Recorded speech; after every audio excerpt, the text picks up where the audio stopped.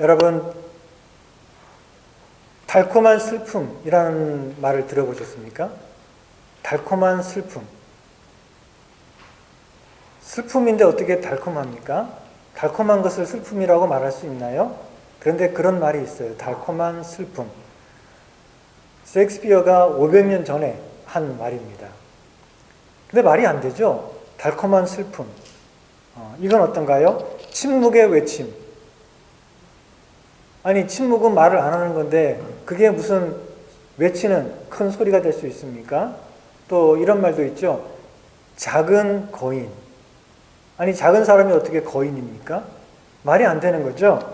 이런 걸 갖다가 모순어법이라고 말합니다. 모순되는 말이죠. 그렇죠? 영어로는 옥시모론이라고 하는데 이 옥시모론이라는 그 말 자체가 무슨 뜻인가 하면은 똑똑한 바보라는 뜻입니다. 말이 안 되죠. 언뜻 듣기는 전혀 모순되고 말이 안 되는 그런 말이지만 그러나 그것을 통해서 뭔가 아주 중요한 진리를 강조하기 위해서 쓰이는 그런 어법입니다. 오늘 우리 설교 제목이 뭔지 아십니까? 주보에 나와 있죠? 메시아의 죽음. 메시아의 죽음. 이게 말이 됩니까? 메시아가 죽었다. 메시아가 누구입니까? 구원자죠. 우리를 구원하기 위해서 오신 분인데 그분이 죽었다. 죽은 분이 우리를 구원할 수 있겠습니까? 구원자로 오신 분이 죽었는데 그분을 우리가 메시아, 구원자라고 말할 수 있겠습니까? 말이 안 되는 것이죠. 마치 패배한 승리자처럼 말이 안 되는 그런 소리처럼 들립니다. 메시아의 죽음, 메시아가 죽었다. 이거는 마치 패배했는데 승리했다. 이것처럼 말이 안 되는 것처럼 들리는데 바로 여기에 복음의 진리가 들어있고 복음의 신비가 들어 있습니다. 메시아의 죽음이 우리에게 생명을 주고 메시아가 받은 그 저주가 우리에게 영원한 복을 준다는 것입니다. 그래서 고린도전서 1장 18절로 말씀하기를 십자가의 도가 멸망하는 자들에게는 미련한 것이요 구원을 얻는 우리에게는 하나님의 능력이라 라고 말씀합니다. 이어서 23절, 24절에도 말씀하기를 우리는 십자가에 못 박힌 그리스도를 전하니 유대인에게는 거리끼는 것이요 이방인에게는 미련한 것이로되 오직 부르심을 입은 자들에게는 유대인이나 헬라인이나 그리스도는 하나님의 능력이요 하나님의 지혜니라 라고 말씀하고 있습니다. 세상을 구원할 하나님의 아들 메시아가 이 땅에 와서 십자가 위에서 힘없이 죽어버리셨다라는 사실이 세상 사람들이 볼 때는 그야말로 한심한 일이요 또 조롱거리가 되겠지만 그러나 믿는 우리에게는 그것이야말로 하나님의 승리요 하나님의 구원의 능력이요 구원의 지혜라는 것입니다. 우리가 지금까지 근 2년 동안 누가복음 말씀을 살펴보고 있습니다. 순서대로 이 말씀을 살펴보고 있는데 오늘 우리가 읽은 본문에서 마침내 예수님께서 십자가에서 돌아가십니다.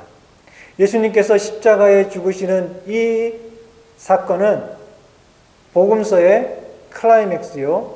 사실 온 성경의 중심이고 절정이다라고 할 수 있습니다. 우선 본문 44절에 보면 이렇게 말씀하고 있죠. 때가 제60쯤 되어 해가 빛을 잃고 온 땅에 어둠이 임하여 제9시까지 계속하며 라고 말씀하고 있습니다. 여기서 제6시는 오늘날 시간으로는 12시, 낮 12시입니다. 그리고 9시는 오늘날 시간으로 오후 3시입니다. 성경에서 말하는 시간에는 우리 거기다가 플러스 6을 하면 오늘날의 우리 시간이 됩니다. 예수님께서는 오전 9시에 십자가에 못 박히셔서 오후 3시에 운명하셨습니다.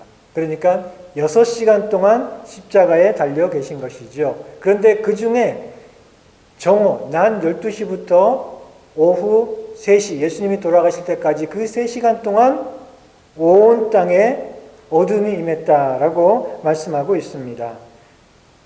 정오부터 오후 3시면 하루 중에서 가장 밝은 시간이죠. 그런데 그 시간에 해가 빛을 잃고 온 땅에 어둠이 임했다라고 했습니다. 이것은 일식 같은 그런 자연 현상은 아닙니다. 왜냐하면 3시간 동안이나 이어졌기 때문에 일식하고는 다른 것이죠. 그럼 뭡니까? 왜 이런 일이 일어났을까요? 그것은 바로 하나님의 심판을 의미합니다. 성경에 보면 어두움은 하나님의 진노와 심판이 임하는 것을 의미합니다. 아모스 8장 9절 10절에 보니까 이렇게 말씀하고 있습니다.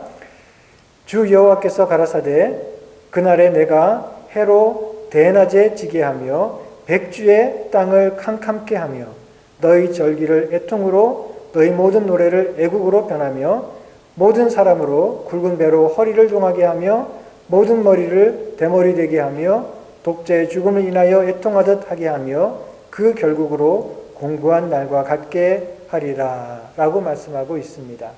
그날이 무슨 날입니까? 바로 심판의 날입니다. 하나님의 심판이 임하는 그 날에는 대낮에 해가 빛을 입고 깜깜한 어둠이 온 땅에 임하게 될 것이다 라고 예언을 하고 있습니다. 그리고 이사야서 13장 9절에서도 이렇게 말씀하고 있습니다. 여호와의 날 곧 잔혹히 분냄과 맹렬히 노하는 날이 임하여 땅을 황무케 하며 그 중에서 죄인을 멸하리니 하늘의 별들과 별떨기가 그 빛을 내지 아니하며 해가 도자도 어두우며 달이 그 빛을 비치지 아니할 것이로다 라고 말씀하고 있어요. 심판의 날은 어두움의 날입니다. 하나님께서 애굽을 심판하실 때에 마지막 장자의 죽음이 임하기 바로 전 9번째 재앙이 뭔가 하면 어둠입니다. 애굽의 온 땅에 3일 동안 깜깜한 어두움이 임했습니다. 그것은 바로 애굽을 향한 하나님의 진노와 심판을 의미합니다. 그리고 이제 세상의 마지막 심판 날에도 온 세상에 어둠이 임할 것입니다. 요한계시록 6장 12절 13절에 보면 이제 앞으로 있을 마지막 최후의 심판에 대한 예언의 말씀이죠. 거기 보니까 내가 보니 6째 인을 떼실 때에 큰 지진이 나며 해가 총담같이 검어지고, 여기서 총담이라고 하는 것은 이 새까만 염소 있죠. 그 염소의 새까만 털, 그걸 가지고 만든 옷을 말합니다. 해가 총담처럼 염소의 그 새까만 털처럼 그렇게 새까맣게 변한다. 즉 빛을 잃게 되고 온 달이 피같이 되며 하늘의 별들이 무화과 나무가 대풍에 흔들려 선과 실이 떨어지는 것 같이 땅에 떨어질 것이다 라고 말씀하고 있어요. 해가 새까맣게 변하고 온 별과 달이 그 빛을 잃어버리면 온 세상에는 그야말로 깜깜한 어둠이 임하게 되는 것이지요. 왜냐하면 바로 그날은 하나님의 진노와 심판의 날이기 때문에 그렇습니다. 자, 그런데 하나님의 아들 예수님께서 십자가 위에서 돌아가시는 그 순간에 온 세상에 깜깜한 어두움이 임했습니다. 이게 무슨 뜻일까요? 바로 그날은 심판의 날이다 하는 것을 의미합니다. 죄인을 향한 하나님의 무서운 진노와 심판이 바로 십자가에 달리신 예수님에게 쏟아지고 있었다 하는 것을 의미합니다. 그래서 마태복음 27장에 보면 예수님께서 그 극심한 고통을 겪으시는 가운데 십자가 위에서 이렇게 소리치시죠. 나의 하나님, 나의 하나님, 어찌하여 나를 버리셨나이까. 우리 예수님께서는 십자가 위에서 하나님으로부터 버림받았고 하나님으로부터 저주받고 그리고 진노의 심판을 그 온몸에 받고 돌아가신 것입니다. 해가 그 빛을 잃고 온 땅에 어둠이 임한 것은 예수님의 죽음이 슬퍼서가 아닙니다. 예수님이 돌아가시는 것이 안타까워서 세상도 빛을 잃고 그게 아니라 바로 그 순간 예수님, 하나님의 아들 예수님께서 십자가에 달려 돌아가시는 그 순간이 하나님의 무서운 진노와 심판이 임하는 날이기 때문에 해는 그 빛을 잃고 온 땅에 어둠이 임했다는 것입니다. 여러분, 뜨거운 냉면 드셔보셨습니까? 뜨거운 냉면이라는 건 없죠. 냉면인데 어떻게 뜨겁습니까? 마찬가지로 자비로운 심판, 이런 건 없습니다. 심판은 심판이지 거기에는 자비라는 것은 이만큼도 들어가지 않습니다.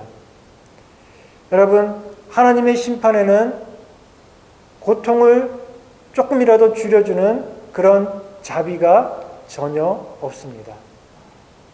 부자와 나사로 이야기 아시죠? 부자가 죽어서 지옥에 갔습니다. 지옥불이 너무너무 뜨거우니까 부자가 뭐라 그랬죠? 하늘에 있는 나사로를 향해서 뭐라고 합니까? 내가 너무 뜨겁고 괴로워 죽겠으니 손끝에 물 한 방울만 찍어다가 내 혀에다가 좀 떨어뜨려주면 좋겠다. 그렇게 부탁하는데 그 부탁이 거절당했습니다. 심판에는 자비가 없기 때문에 그렇습니다. 십자가에 달려 죄수가 죽어갈 때 그 고통이 너무나 심하기 때문에 관례적으로 그 죄수에게 쓸개탄 포도주를 먹여줍니다. 쓸개탄 포도주는 고통을 좀 덜 느끼게 해주는 그런 마취제 효과가 있습니다. 예수님에게도 예외가 없이 쓸개탄 포도즙을 제공해 주었습니다. 그런데 성경에 보면은 예수님께서는 그것을 맛보시고는 그냥 거절하셨고 드시지 않았습니다. 왜 드시지 않았을까요? 그걸 드시면 조금이라도 고통을 잊을 수 있는데 왜 그 쓸개탄 포도즙을 거절하셨을까요? 그것은 바로 하나님의 진노와 심판을 조금이라도 남김없이 다 그 온몸에 받기 위해서 그 마취 성분이 있는 포도즙을 거부하신 것입니다. 하나님의 심판에 그 고통을 피하지 않고 다 받기 위해서 그 포도주를 거절하신 것이지요. 하나님의 심판에는 고통을 줄여주는 자비가 없습니다. 하나님의 심판이 임할 때는 마취제가 소용이 없습니다. 왜 죄 없으신 예수님께서 이렇게 무자비한 심판을 받으셨을까요? 이사야서 53장 8절은 그것을 우리에게 대답해 주고 있습니다. 그가 곤욕과 신문을 당하고 끌려갔으니 그 세대 중에 누가 생각하기를 그가 산자의 땅에서 끊어짐은 마땅히 형벌받을 내 백성의 허물을 인함이라 하였으리요. 마땅히 형벌받고 하나님의 무서운 진노와 심판을, 그 무자비한 심판을 다 받아야 되는 사람이 누구입니까? 바로 저와 여러분들입니다. 그런데 예수님께서 십자가 위에서 그 무자비하고 고통스러운 하나님의 진노와 심판을 그 죄 없으신 예수님의 몸에 다 받으셨다는 것입니다. 여러분, 바로 여기에 기쁜 소식이 있습니다. 예수님께서 우리 대신 하나님의 맹렬한 진노와 심판을 온몸에 다 받고 죽으셨기 때문에 이제 우리에게는 심판이 없습니다.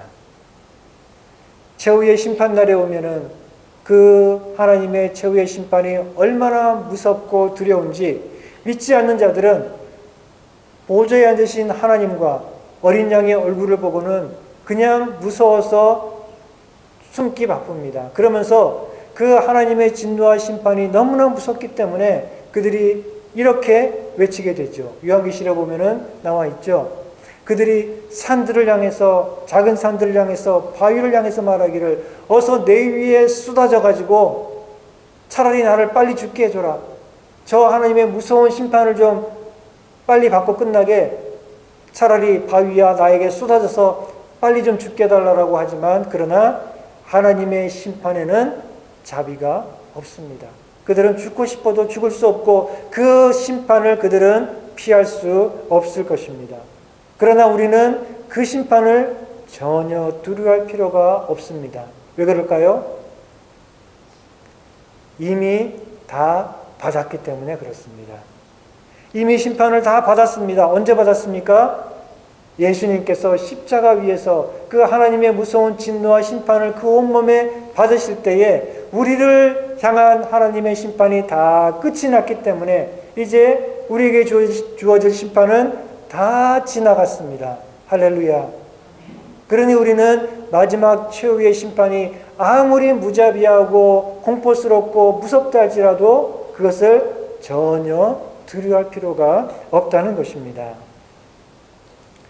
그래서 요한복음 5장 24절에 예수님께서는 이렇게 우리에게 말씀하시죠. 내가 진실로 진실로 너에게 이르노니 내 말을 듣고 또 나 보내신 이를 믿는 자는 영생을 얻었고 심판에 이르지 아니하나니 사망에서 생명으로 옮겼느니라. 우리가 예수님을 믿고 예수님 안에 있으면 이제 우리는 심판에 이르지 않습니다. 왜냐하면 우리가 받아야 될 심판을, 우리가 사실 심판받아 마땅한 죄인이었지만 우리가 받아야 될 그 심판을 우리 예수님께서 미리 다 받으셨기 때문에 이제 우리에게는 심판이 없다는 것입니다. 예수님께서 십자가에 달려 돌아가실 때 일어난 또 다른 중요한 사건은 성소의 휘장이 찢어진 것입니다. 본문 45절에 보니까 성소의 휘장이 한가운데가 찢어지더라 라고 말씀하고 있어요. 마가복음 15장 38절은 조금 자세하게 이렇게 말씀하고 있습니다. 이에 성소 휘장이 위로부터 아래까지 찢어져서 둘이 되니라. 이 당시 성전은 헤롯 성전이라 그래서 헤롯 대왕이 유대인들의 환심을 사기 위해서 아주 크게 증축을 한 그런 성전입니다. 그래서 옛날에 솔로몬이 지은 성전보다도 훨씬 크고 웅장한 그런 성전이었습니다. 그래서 거기에 성소도 훨씬 크고 높았는데 성소의 휘장이 기록에 의하면은 25m, 엄청나죠? 예, 성소 휘장의 높이가 25m고 그 두께는 거의 10cm 정도 되었다라고 합니다. 근데 이것이 찢어졌어요. 사람의 힘으로는 찢기 어려운 이 휘장이 찢어졌는데 그것도 어떻게 해요? 한가운데가 위에서부터 아래로 찢어졌습니다. 사람이 찢었다면, 사람이 몰래 와서 찢었다면 그것은 밑에서부터 찢게 되죠. 25m인데. 그런데 그것이 위에서부터 아래로 찢어졌다는 것은 하나님께서 그것을 찢었다라는 그런 의미입니다.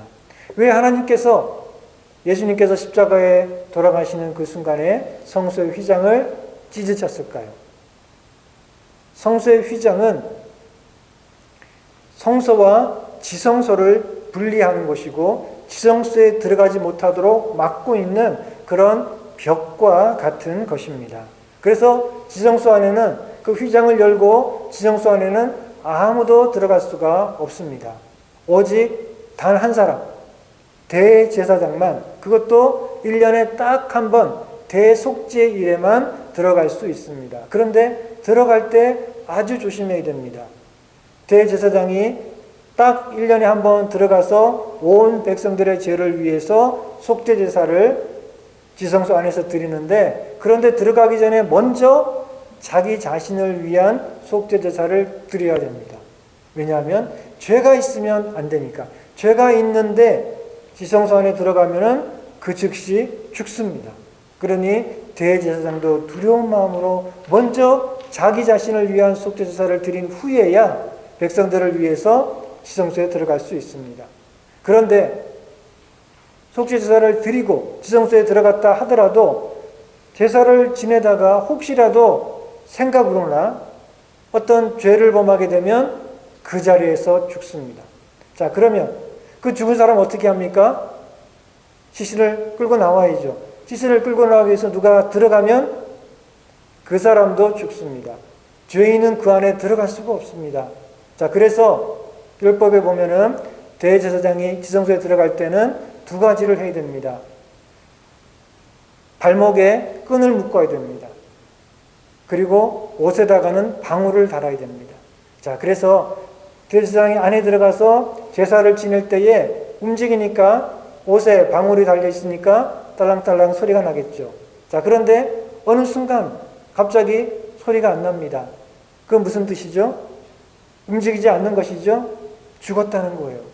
더 이상 방울소리가 나지 않으면 그럼 어떡합니까? 누가 들어가서 끌고 나와야 되겠지만 못 들어가죠. 아무도. 들어가면 죽으니까. 그러니까 어떡합니까? 발목에 끈을 달았다 그랬죠. 그 끈을 잡아당깁니다. 그러면 그 시신을 밖으로 끌고 나올 수 있어요. 지성소가 어떤 곳입니까? 이렇게 무서운 곳이에요. 들어가면 죽습니다. 우리 죄인이 거룩한 하나님의 임재를 나타내는 그 법궤가 있는 그 지성소에 들어가면 죽습니다. 이렇게 무서운 곳이 바로 지성소입니다. 그런데 예수님께서 십자가에 달려 죽으시는 순간에 지성소에 들어가지 못하도록 막고 있는 그 휘장이 한가운데가 위서부터 아래로 찢어졌습니다. 이제는 지성소에 들어가지 못하도록 막고 있던 벽이 무너지게 된 것이죠. 이제 우리는 예수님의 거룩하신 보혈을 의지해서 지성소 안으로 하나님의 은혜의 보좌 앞으로 담대하게 들어갈 수 있다는 것을 상징하는 사건입니다. 그 무서운 곳에 들어가는 즉시 죽을 수밖에 없는, 거룩하신 하나님 앞에 나아가면 죽을 수밖에 없는 우리들이지만, 이제 예수님께서 십자가에 죽으시는 그 순간 하나님께서는 성소 휘장을 찢으시고, 그리고는 이제 두 팔을 벌리시고 우리 죄인들을 향해서 아무나 오라 라고 부르시는 거죠. 얼마나 놀라운 사건입니까? 그 거룩하신 하나님 앞에 나아가는 순간 죽을 수밖에 없는 우리 죄인이지만, 이제 하나님께서는 예수님의 십자가의 죽으심을 통해서 그 막힌 벽을 허무시고 이제 누구든지 오라 라고 우리를 부르시는 것입니다. 히브리서 10장 19절 20절은 이렇게 말씀합니다.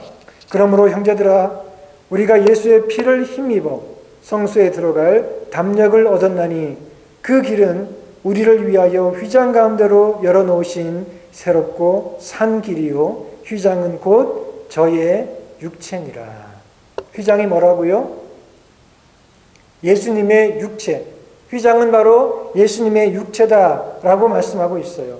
휘장이 찢어진 것처럼 예수님께서 잡히시기 전날 밤에 떡을 가지시고 떼어서 이것은 내 몸이다 라고 말씀하시며 제자들에게 나눠주신 것처럼, 예수님께서는 십자가 위에서 자신의 육체가 찢어지는 그런 고통을 당하시고 죽으셨기 때문에 이제 마침내 하나님과 우리 사이를 막고 있던 그 벽이 허물어진 것입니다. 그 성소 휘장이 찢어진 것처럼 이제 하나님과 우리 사이를 막고 있던 벽이 허물어지고 이제 우리는 담대하게 지성소 안으로 하나님의 보좌 앞으로 나아가서 그 하나님을 아바, 아버지라 부르며 섬길 수 있게 된 것입니다. 무서워서 그 앞에 감히 갈 수 없던, 가면은 죽을 수밖에 없는 우리지만 예수님의 보혈을 의지하고 나아갈 때 우리는 담대하게 그 하나님의 보좌 앞으로 나아갈 수 있고, 그 하나님을, 그 무서운 하나님을 우리는 아바, 아버지라 부르며 섬기게 된 것입니다. 메시아의 죽음, 우리를 구원하기 위해 오신 하나님의 아들의 죽음이 어떻게 우리에게 구원과 생명을 줍니까? 죽은 자가 어떻게 우리를 구원합니까? 그것은 바로 그 예수님의 죽으심이, 그 예수님이 저주받아 죽고 하나님의 진노와 심판을 온몸에 받아 죽으신 것이 바로 우리를 위한 것이었다. 우리가 받아야 될 심판을 주님이 대신 받으셨기 때문에 이제 우리의 모든 심판은 끝이 나고 지나갔기 때문에 우리는 그 예수님, 십자가에 달려 죽으신 예수님을 통해서 구원과 생명을 얻게 되는 것입니다. 이제 예수님을 믿고 예수님 안에 있으면 우리는 안전합니다. 그리고 예수님께서 그 하나님의 진노와 저주를 받으셨기 때문에 이제 우리는 영원한 하나님의 축복을 받게 되었습니다. 이것이 바로 복음입니다. 이제 우리는 생명의 근원 되시고 복의 근원 되시는 그 하나님께 담대히 나아가 그 하나님과 더불어 교제하며 그 하나님의 은혜와 복을 누리며 살아갈 수 있게 되었습니다. 예수님께서 그 육체로, 그 육체의 죽음으로 말미암아 하나님과 우리 사이에 그 막힌 담을 허무시고 화평하게 하셨기 때문입니다. 제9시, 즉 오후 3시가 되자 이제 오늘 본문 46절에서 48절에 있는 말씀대로 예수님께서 큰 소리로 불러 가라사대 아버지여 내 영혼을 아버지 손에 부탁하나이다 하고 이 말씀을 하신 후 운명하시다. 백부장이 그된 일을 보고 하나님께 영광을 돌려 가로되 이 사람은 정령 의인이었도다 하고 이를 구경하러 모인 무리도 그된 일을 보고 다 가슴을 두드리며 돌아갔다라고 말씀하고 있어요. 예수님께서 십자가에 고통받으시고 마침내 운명하시는 그 모든 과정을 지켜봤던 사람들은 예수님은 죄가 없는 의인이었구나 하는 것을 마침내 깨닫게 되었습니다. 예수님께서 십자가에 달리셨을 때에도 여전히 그 예수님께서는 죄인을 향한 사랑의 음성으로 그들의 죄를 위해서 하나님께 사죄의 기도를 대신 올리셨습니다. 그리고 예수님께서는 함께 십자가에 달린 두 강도 중에 회개한 강도를 향해서는 오늘 내가 나와 함께 낙원에 있으리라 라는 선언을 하셨습니다. 그리고 모든 고난을 고통을 다 견디신 후에는 다 이루었다라고 선포하셨습니다. 그리고 마지막 숨을 거두시는 그 순간에는 하나님을 향해서 아버지여 내 영혼을 아버지 손에 의탁하나이다 이렇게 말씀하시며 돌아가셨습니다. 그 순결하고 의연하고 거룩하신 그 예수님의 모습을 지켜본 사람들은 다 가슴을 치며 우리가 죄 없는 의로운 사람을 죽였구나 라면서 후회하며 그들은 다 집으로 돌아갔습니다. 그렇지만 후회는 아무런 소용이 없습니다. 그들이 뒤늦게나마 우리가 저 죄 없는 사람을, 의인을 십자가에 못 박아 죽게 했구나 라면서 뉘우치고 가슴을 치며 후회하며 집으로 돌아갔지만 후회는 아무런 소용이 없습니다. 후회가 참된 회개와 그리고 구원으로 이어지기 위해서는 복음이 필요합니다. 자, 그래서 그로부터 50일이 지난 후에 어떤 일이 벌어졌습니까? 예수님께서 3일 후에 부활하시고 그리고 승천하신 후에 성령이 강림했습니다. 그리고 이제 제자들은 나아가서 담대하게 부활하신 예수님을 전했습니다. 그들은 나아가 힘있게 복음을 전파했습니다. 사도행전 2장에 보면 베드로가 그 무서워서 도망가던 베드로가 담대하게 예루살렘 사람들 향해서 복음을 선포합니다. 사도행전 2장 22절부터죠. 그들에게 말합니다. 이스라엘 사람들아 이 말을 들으라. 너희도 아는 바에 하나님께서 나사렛 예수로 큰 권능과 기사와 표적을 너희 가운데서 베푸사 너희 앞에서 그를 증거하셨느니라. 그가 하나님의 정하신 뜻과 미리 아신 대로 내어준 바 되었거늘 너희가 법 없는 자들의 손을 빌어 못 박아 죽였으나 하나님께서 사망의 고통을 풀어 살리셨으니 이는 그가 사망에게 매여 있을 수 없었습니다. 그리고 계속해서 36절에 선포하기를 그런즉 이스라엘 온 집이 정령 알지니 너희가 십자가에 못 박은 이 예수를 하나님이 주와 그리스도가 되게 하셨느니라 하고 선포했습니다. 이것이 바로 복음입니다. 자, 그랬더니 그들이 어떻게 했습니까? 37절, 38절에 보니까 저희가 이 말을 듣고 마음에 찔려 베드로와 다른 사도에게 물어가로되 형제들아 우리가 어찌할꼬 하거늘 베드로가 가로되 너희가 회개하여 각각 예수 그리스도의 이름으로 세례를 받고 죄 사함을 얻으라. 그리하면 성령을 선물로 받으리니 라고 선포했습니다. 바로 그날 3,000명이 넘는 사람들이 회개하고 세례를 받고 구원을 얻었습니다. 그들 중에 많은 사람들은 바로 예수님께서 십자가에 달려 돌아가시는 그 자리에 있었던 사람들일 것입니다. 그들은 뒤늦게나마 후회하며 돌아갔지만 그러나 마침내 그들이 복음을 들을 때에, 제자들이 선포하는 그 복음을 들을 때에 그들은 회개하고 믿고 구원을 받게 되었습니다. 이 놀라운 구원의 역사가 그 후로 계속 이어집니다. 제자들을 통해서, 그리고 또 계속해서 사도들을 통해서, 그리고 초대교회를 통해서 구원의 역사가 계속 이어지다가 마침내 저와 여러분들도 이 복음을 듣고 믿고 구원을 받았습니다.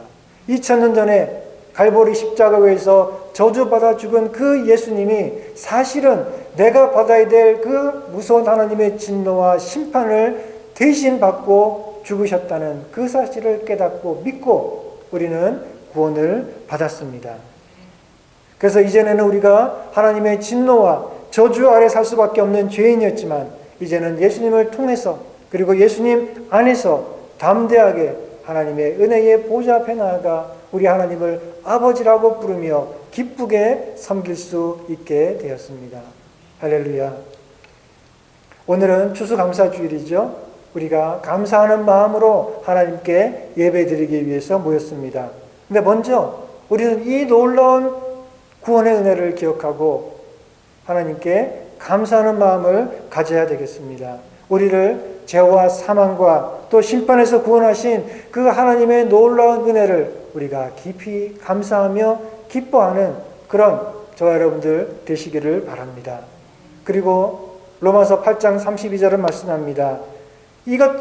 이렇게 자기 아들을 아끼지 않고 우리를 위해서 대신 진노와 저주와 심판받아 죽도록 내어주신 그 아버지께서 우리 모든 사람을 위하여, 다시요, 이렇게 자기 아들을 아끼지 않고 우리 모든 사람을 위해서 내어주시니까 어찌 그 아들과 함께 모든 것을 우리에게 은사로 주시지 아니하겠느냐라고 말씀하고 있습니다.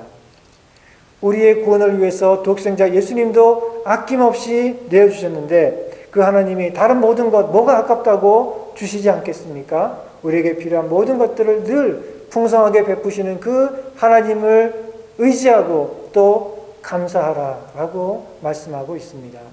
지난주에 구홍래 집사님이 이제 지난 우리 성경부 끝나고 말씀하시는데, 지난 주일에 와서 이제 예배 드리는데 먼저 우리 찬양하잖아요. 찬양하고 있는데 이 자리에 앉아가지고 찬양을 하고 있는데 문득 너무 감사하다 그런 마음이 들더래요.